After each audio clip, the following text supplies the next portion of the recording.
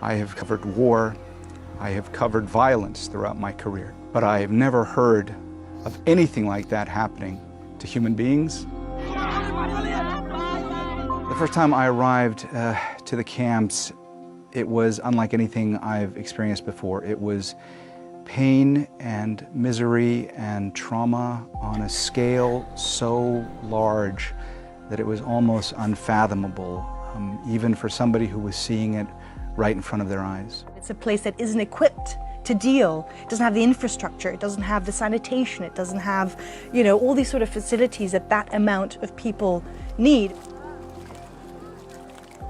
The first time I went, we met a woman named Rajuma Begum, and Rajuma had suffered something so horrible that I've never encountered anything like it before. Rajuma had been in her village of Tulatoli in August of 2017.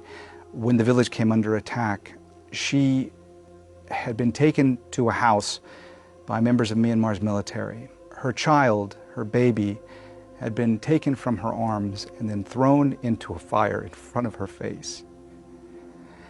And then she was gang raped.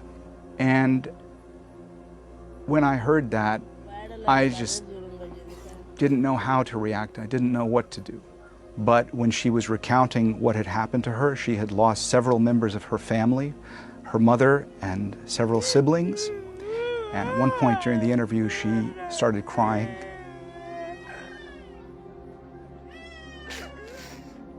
And screaming out for her mother who could no longer be there or protect her. I feel like I'm burning on the inside.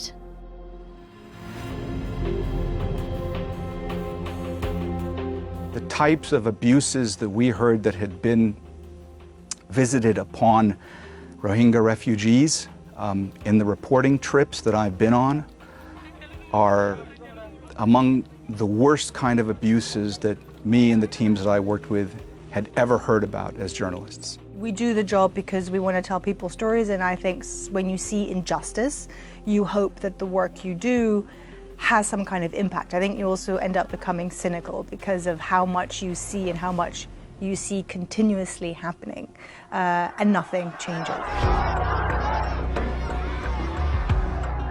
The Rohingya want justice. Since the earliest days of covering this story, I spoke with Rohingya refugees who wanted the international community to do more, who were dumbfounded by the fact that the international community wasn't doing more. You have this mass uncertainty of a people that are not wanted, that don't have a state, that don't have an identity almost. They have an identity, but the world doesn't acknowledge it. They slaughtered my children. They killed everyone. We want the world to help us. Can't the world help us to get our rights? The UN has said repeatedly that conditions are not yet safe enough in Myanmar for refugees to be able to return. There's still the question of citizenship. They are still stateless. These Rohingya refugees are terrified that they may be forced to return to Myanmar, where horrific atrocities were committed against them. For all intents and purposes, it seems like these people cannot go back to their original villages. They no longer stand. They no longer exist. In July of 2018, I met an extraordinary woman by the name of Gul Zahar. She was in her 90s, and she's the head of 4 generations of family. And those generations are all with her in Cox's Bazar. And her story was really emblematic of the whole experience of the persecution of the Rohingya these past several decades, because she had fled persecution 3 separate times.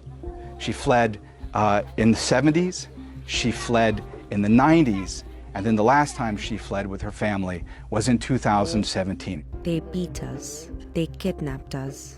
They detained us. Now I was speaking to a survivor of decades of persecution who had fled their home 3 times, a woman in her 90s living with 4 generations of her family in a small, rickety hut, vulnerable to the elements in Cox's Bazar, Bangladesh.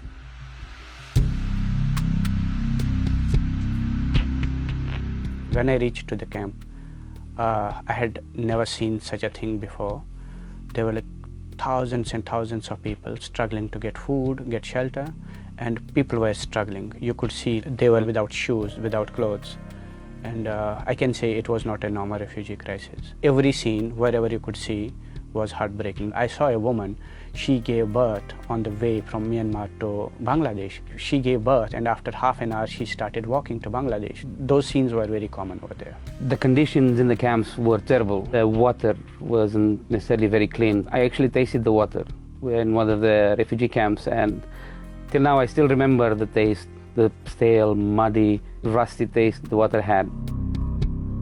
What struck me the most were the children. Yeah, I think in every such situation, children have the most to suffer because it's a generation lost, sometimes 2 generations. And that was really, really sad and heartbreaking to see hundreds of thousands of children not being able to attend school, not having access to proper clothing, nutrition. That really stays with you, or at least with me, till now, and probably will stay forever.